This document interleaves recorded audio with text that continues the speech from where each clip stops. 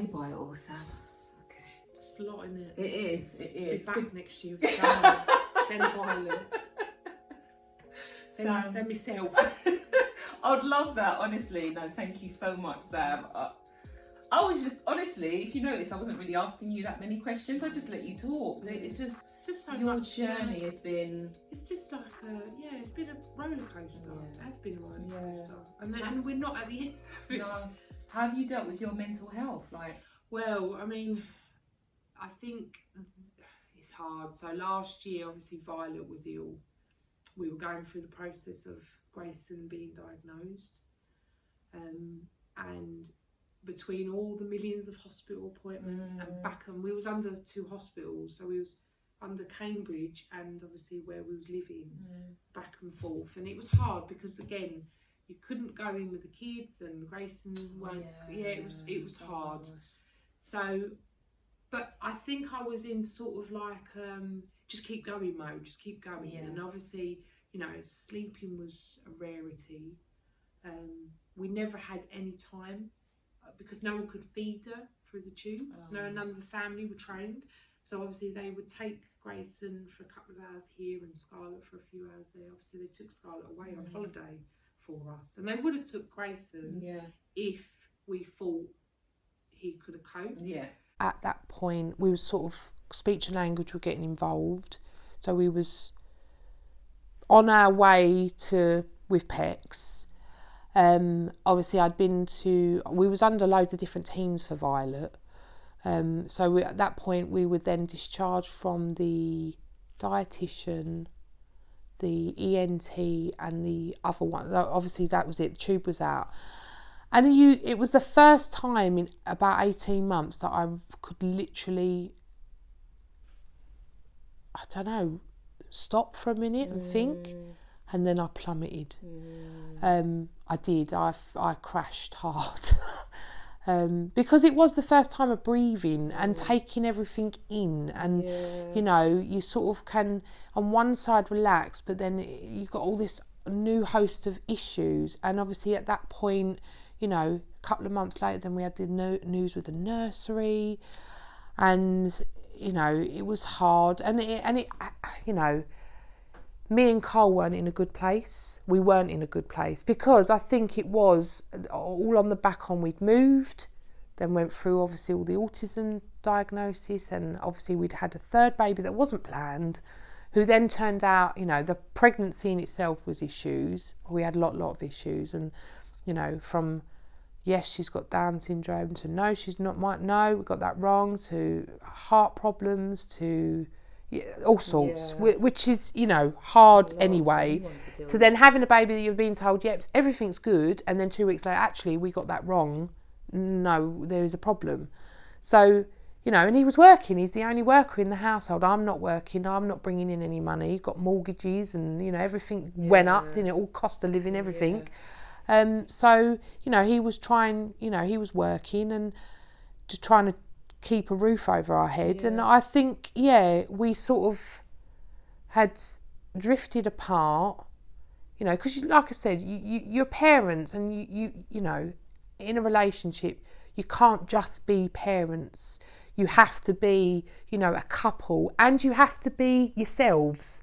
You know, you're 3 sort of playing 3 roles in a family, and when you're not getting that is when things go badly. And you know, at that time we had a lot of issues. You know, like I said earlier, you get invited to places and you just can't do it, and not everyone understands.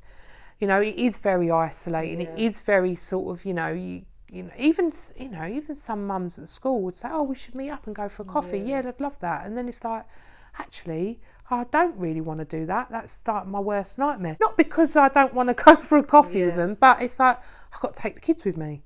You know, how are we going to go in a coffee shop? How am I going to keep them quiet and happy in a coffee shop? You're already stressed out before you get there. You know, and it's like that with so many things that should be simple. The amount, you know, changing appointments all the time, or, you know, even a simple eye test. You know, I need an eye test when Cole's off, and or after that time, or that's got to be, you know, and you're forever, you know, you're doing that for the kids, and you're trying to make it work for them, but you sort of start neglecting yourself. Yeah. And then obviously like night times, Grayson, you know, he isn't the best sleeper. Cole starts work at 4 o'clock in the morning. Wow. So he has to be up. He has to be out of the house by 3 to get to work on time. So, you know, he's up, you know, 2:15, 2:30 at a very push, you know. Yep, I've made all the lunch, you know, I've done all the things so he can literally get up, get ready, drink a coffee, off he goes. But then that means he has to go to bed at a certain time, and he has to get sleep. And because he's a driver, you know, he can't be, it's just too much of a high risk to say, you know, can you help me in the, you know, and that's how it is. So it means it all falls on you.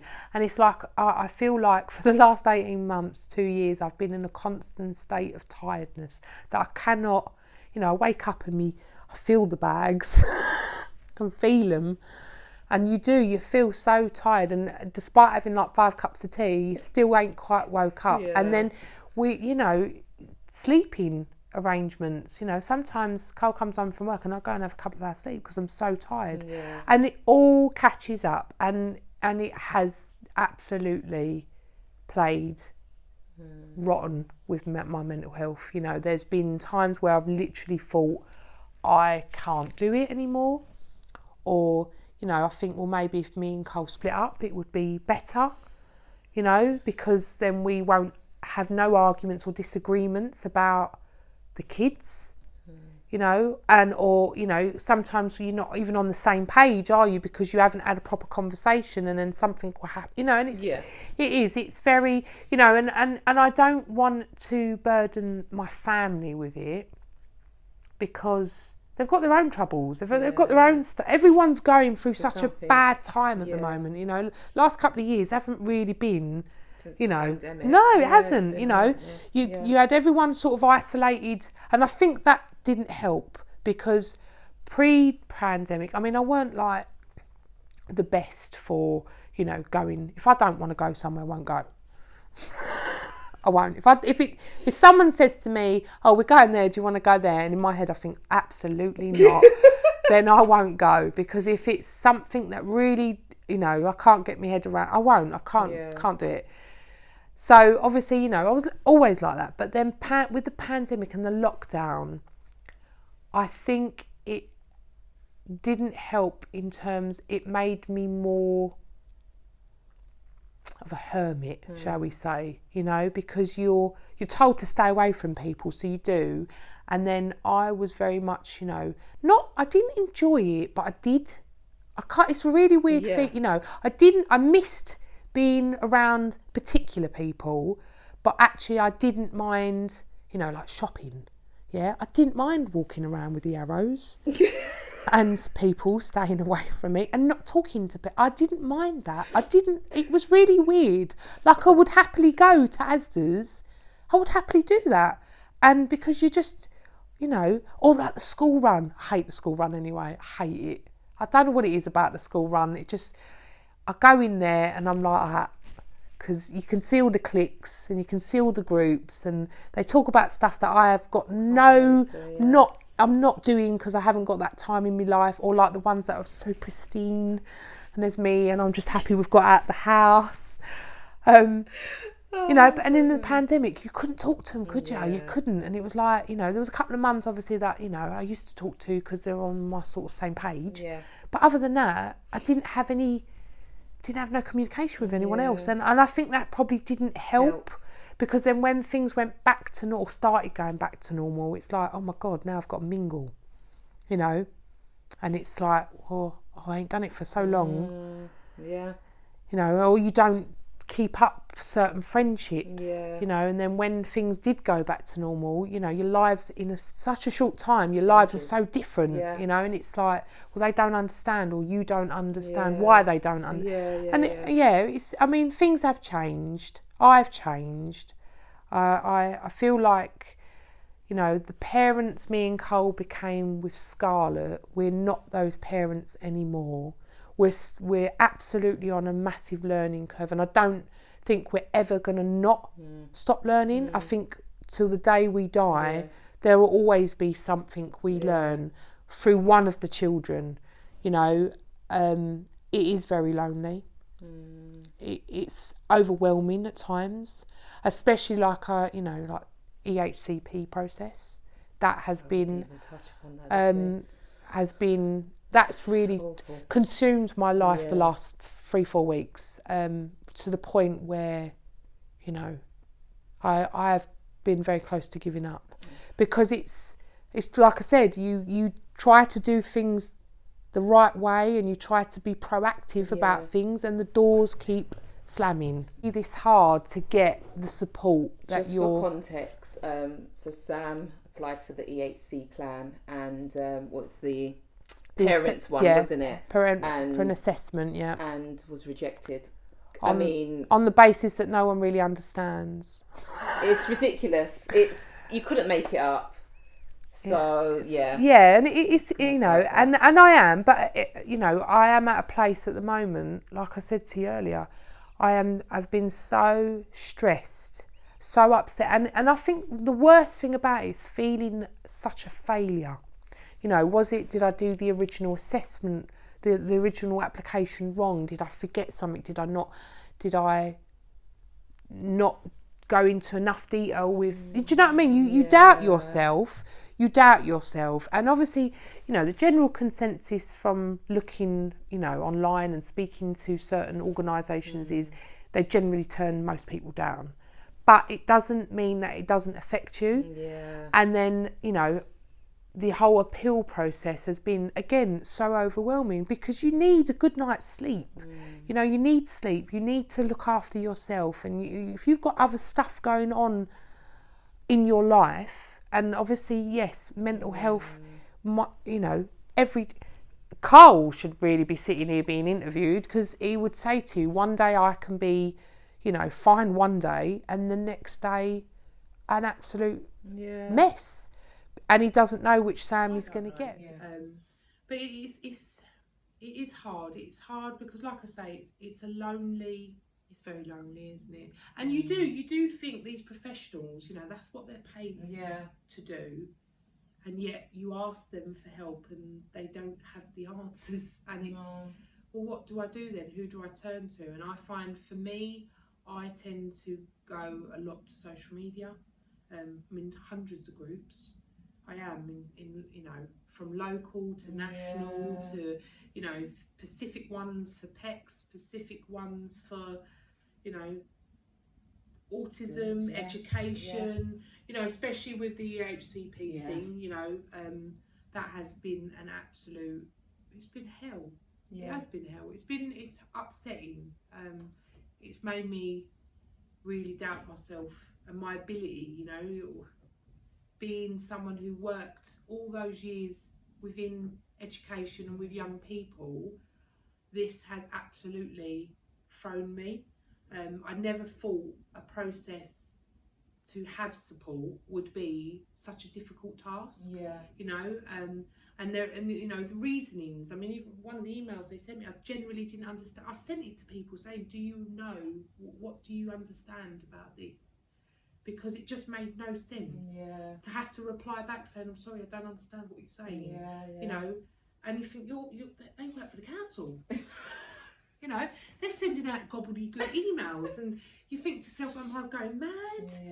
And that's you know, that's absolutely had a massive impact on my mental health, because, like, literally from the day of that rejection, every day I've printed off hundreds of sheets of paper from different websites and guides, and I've watched videos, and I've joined extra groups, to the point where it's consumed me so much, and it has had physically on my health, like my skin's flared up, and that is obviously linked to stress.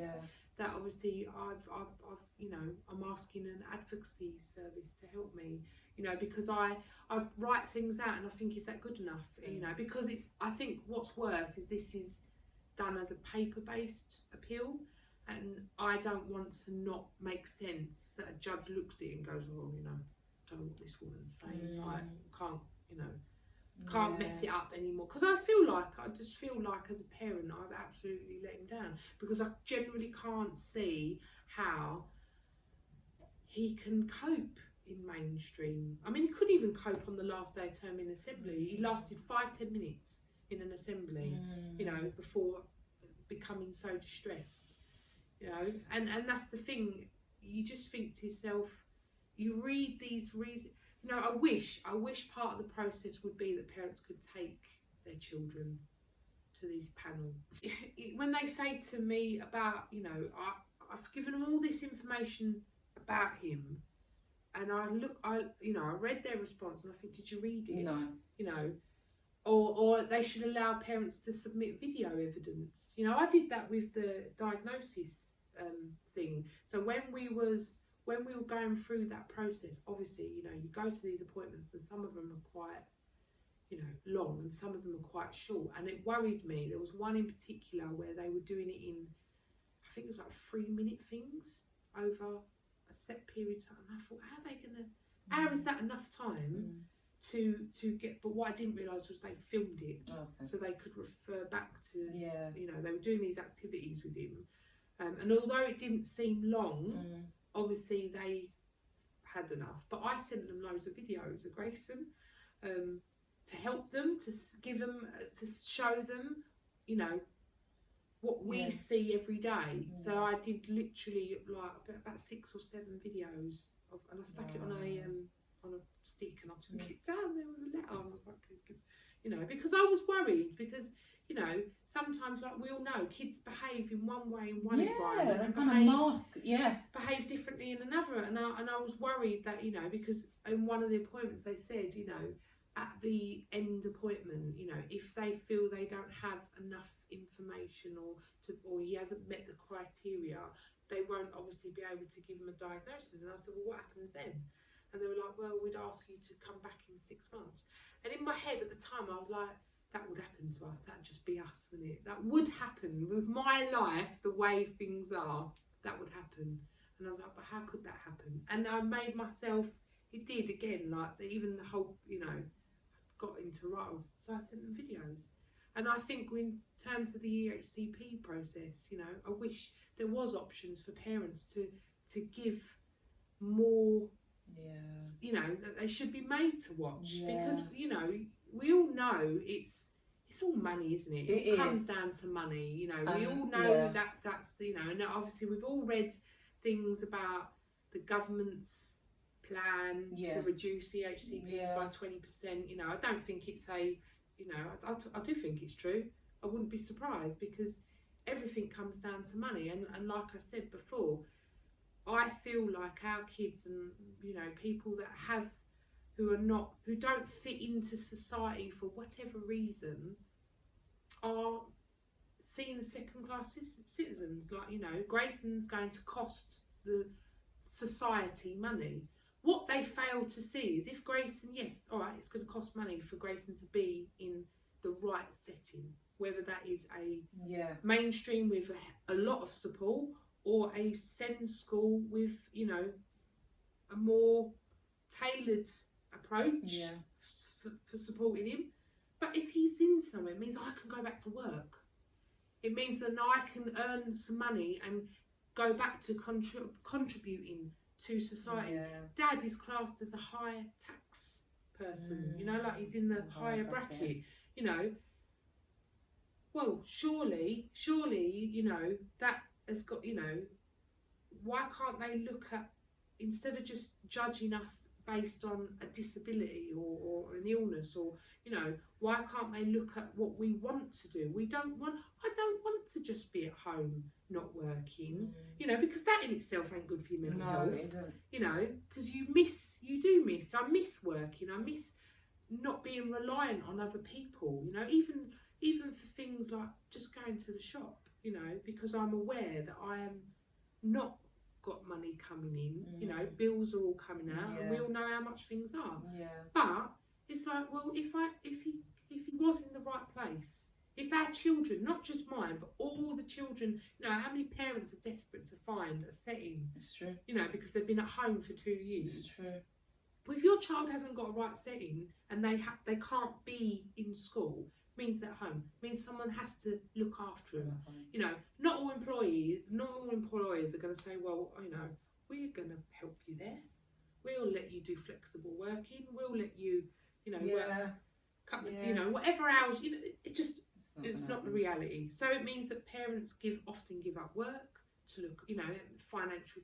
That's not what we want. It's a vicious cycle. Absolutely, isn't it? Because then it has a knock-on effect with mental health and things like that. Yes. Yeah, it does. You know, relationships with schools, because you become frustrated because you think, we've done this 1,000 times now, like, you know, just help me. Yeah. And that's all it is. It's just getting, and the thing is, it's like you say, this battle, you know, when people were saying, you know, when I had comment and they were saying, I'll be prepared, and I didn't think it would be this bad. I didn't think, and then I listened to a radio article where I was waiting for the decision.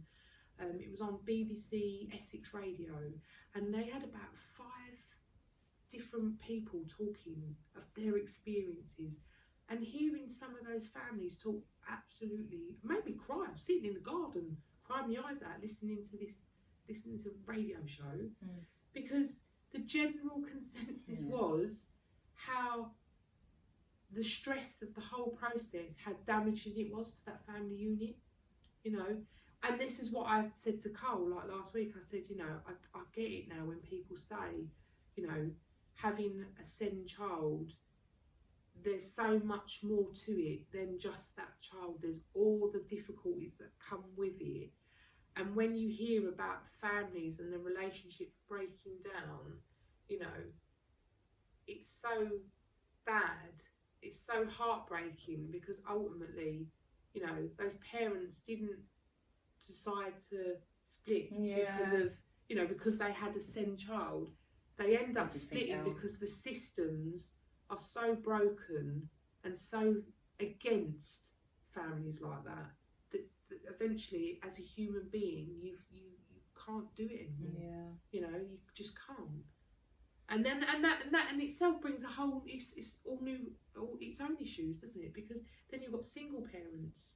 You know, I read posts all the time, Simone.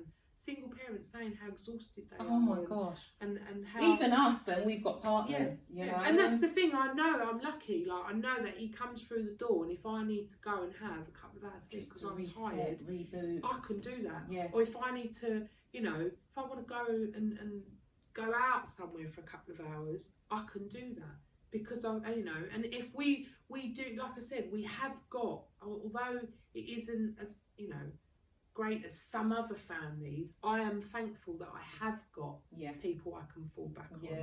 You know, that I can say, look, Dad, can you have the kids just for a couple of hours, so, you know, we can go Christmas shopping. You know, without Grayson having a meltdown in space because I won't get him the toys. It's so hard, and I think a lot about families, just as you say, that they don't have that backup. They don't have any family, and there isn't anything in the community. Like, you know, I looked into a respite thing, so it's not near us, but it's obviously comes under the same area, and they do something on a Saturday where you can basically pay them, and they will have your children for, I think, like 3 hours. It's like a respite thing. It's like a Saturday club. So to get onto it, they only have so many spaces, and it's really, really something in demand. So obviously, to get on it in the first place, you have to attend the club a few times so they can get to know you and the child, and then you go. It's not straightforward. And you know, you look at, I get like emails from like certain places that I've signed up to that send you up to date stuff. Knowing where I live, it's a really big area, and you'd think, there'd be loads. Yeah. Well, there isn't, because it's either geared to, you know, 8 over, and I think, well, where is the stuff for the young kids? Yeah. Or like it's on, have you noticed like a lot of SEN things are during school time, or like right after school time, where you think, well, they've got to come home, they've got to eat first. Yes, like it's, you know, it's all, you know, so you're not even in a, you know, you don't get to go to these things because they're not really geared for. Do you know what I found as well? Because I remember thinking, I can't wait until Callum's past 8 years old, because each time it's just like, I can't go to this one. And then, don't know about your area, but around here, Barking and Dagenham, a lot of the groups are for high functioning children. Yeah, And I'm just like, and this is the thing. so if you he probably wants to keep the ball, he'll probably try and run. So if you know what I want to mean? go to these like thingy, they need support. Well, Yeah. where do you get the support from? Yeah. Where do you get it? Unless you've got some sort of funding where Yeah. you can pay for a PA, most people can't. They can't get a personal allowance to fund that. So it's like I said on this Saturday thing, I thought first, this might be useful. Yeah. But actually it's no good to us. And then I looked into how do families get respite? How do they get, because I have read families get people and thought out, and so you have to refer yourself to social services. Yeah. Which I obviously, I get it, but I think it also depends on the person that you get coming through the door and whether they've got experience with SEN, because a social worker from the disabilities team is different to just a social worker. Yeah. And when you look into it and the fear and the there is a lot of fear, isn't there? There is. Yeah. And it's like, I read some posts where people have gone down that route and then they've still got no help, but just judgment, and you just think, do I want that? They just, do I want to put myself through all that stress? Just check, because in heaven, even myself, I was like, I don't want a social worker. So they didn't send one. They don't deal with that. Maybe in Thurrock they might do possibly, but we had like a coordinator, and then she did one home visit. Some parents in Redbridge, and they're describing what you say. It's like but they can get like a family member or something, like you to can, be a carer, but I don't. Obviously, not everyone's going to have that. Yeah, it's true. I mean, I couldn't ask. I mean, originally my dad was supposed to be dropping his hours down from January, and he was going. That's obviously changed. Right. He's not in a position anymore to do that, which is fine. Yeah. But it's like, well, your parents are getting older. As Grayson gets older, he's going to get stronger. He's going to get bigger. So true. You do need, and I ain't got a clue. I ain't got clues to know where you go through it. Yeah. Because there is, when you do sort of hear about good clubs, after a while they shut down because of funding, and you just think, well, where do those people go? Yeah. I mean, round by me, literally round the corner, there is a place for adults, and it's open so often in the week. I believe it was set up originally by parents. Yeah. But there's nothing out there. A lot of these, and they've been going for a long time. And you see them out in the community, and they've all got support workers. You see them. I see them every day. There's quite a few that come up, and they all say good morning to me. But they're adults. We're a long way off. Exactly. When I asked them if they had something for children, yes, they've got something for 8 upwards. But for Grayson's age bracket, they've got nothing. No. Even do you know what, I do miss Barking and Dagenham in regards to the money that they have for support. When I moved here, I was like, is there a group? No, it's all adults. They've got something for adults, whereas children. I could have a worker from the Heathway that would accompany me to a school meeting, minute take, advocate in Barking and Dagenham. So it's just like, and it's weird, isn't it? Because you're not far. From. You're not far, and I think that's really there is so much inconsistency across the whole country. You hear people in one area saying about certain things and rules and how they, what their regulations are to meet certain criteria, and then somewhere else is completely different. And I just think there is no consistency, and there should be, because SEN ain't going to change whether you live in Barking and Dagenham or Scotland or wherever. It doesn't change. Still funding is needed in all areas, and because there are certain needs that will always be needed. Why is there so much? Inconsistency. Why? A lottery. It is, because like I said, with speech and language, my experience was completely different to someone who lived half hour down the road. And when they're telling me what they're getting, I was like, well, hang on a second, am I supposed to be getting that? And I asked, I was like, well, why do they do it there? Because we're under the same council, just a different area. Why is it there? Why? Why's that? And they can't tell you either. Listen, Sam, thank you so much for your Alright. time. Honestly, I'd love to have you back, or even Carl. Yeah, you can. Yeah. I'd love to. I don't think. No, I've not interviewed You should. your dad. You should do that. You could do Carl and John. I'm still trying to get John. Honestly, I'm like, hello. I You started really like are. January 2022. You know. You should do a It's dad's edition. Definitely, because You know. boy, that's another journey for them. But Absolutely. thank you so You're much. welcome. And just to say, you are doing an amazing job. And I know that it's difficult. It is difficult, and we go through things where we all feel like Got to that. know, haven't you? You've got to, because if we don't, who will? Exactly. You know. But you it's know, our about babies and, yeah. You know, we have got to. And who's going to speak for them if it's not us? Yeah. It's just that it's just not that we do. We do everything else. I think we just need to.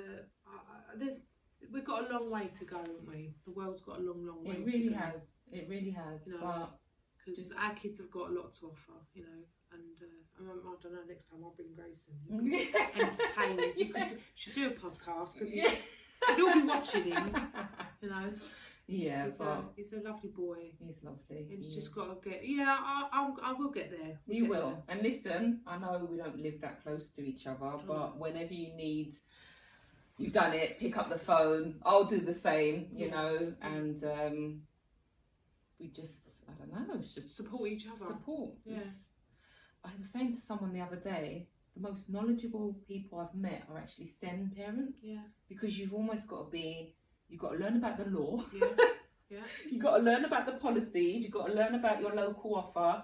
It's just mind You have to, blowing. because there's no one there giving you the information No. apart from the leaflets Yeah. that no one reads. And honestly, this isn't any disrespect to any professional out there.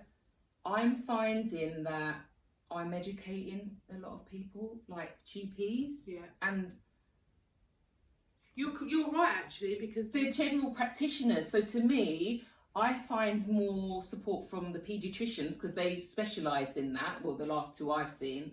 But I've had questions like, oh, so how does your son from this just down the road from our GP, two separate ones, how does your son communicate with you? And is he in a special school? This was when he was in the mainstream. I was like, no, he's in the mainstream. Oh, wow. So how does... I'm not joking, Sam. And then there was another one, that even the questions were more wild than that. And I was like, actually, a lot of parents just starting out, I feel so...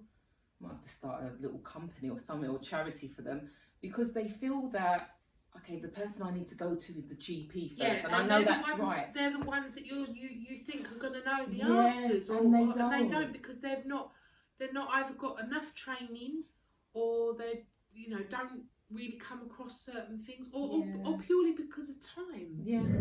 Listen, as well, what a journey, eh? Yes. And to think that we worked together all those years ago, and we're on that journey, but it's just different as parents. And to think, wow. But you know what? As I say at the end of each video, it's not a sprint, it's a marathon, but we're in this together. Yeah, absolutely. So everyone, take care of yourself. I think this is probably my longest interview, Sorry. but do you know? Just gonna edit those. Honestly, Edit the good no, bits. but it's important because, you know, there's. I think I've seen about 18,000 views since I've started this channel, and I just don't know who's watching. But at times, So it's often the parents that are probably up late at night, yeah, rattling themselves silly because they're stuck with something, or they don't know where to turn. And you know, we've all done it. I've done it. Google, and you Google the most ridiculous things sometimes. yeah, You know, just trying to, in the hope that you'll come across something that's going to help you. yeah, And that's the thing. You know, that's, you know, I've come across some fantastic people where they do podcasts, and some of the information, or you know, is because you know you're not alone. exactly, and that's what's important. So you know, we're a as very a- big community. we are, you know, we're probably honestly. one of the biggest. I reckon we must be one of the biggest communities out there. You know. Yet the government. Anyway, that's another story. Yeah. Take care of yourself. Bye. Bye. Thank you, Sam. Thank you so much. Thank you. Oh, wow.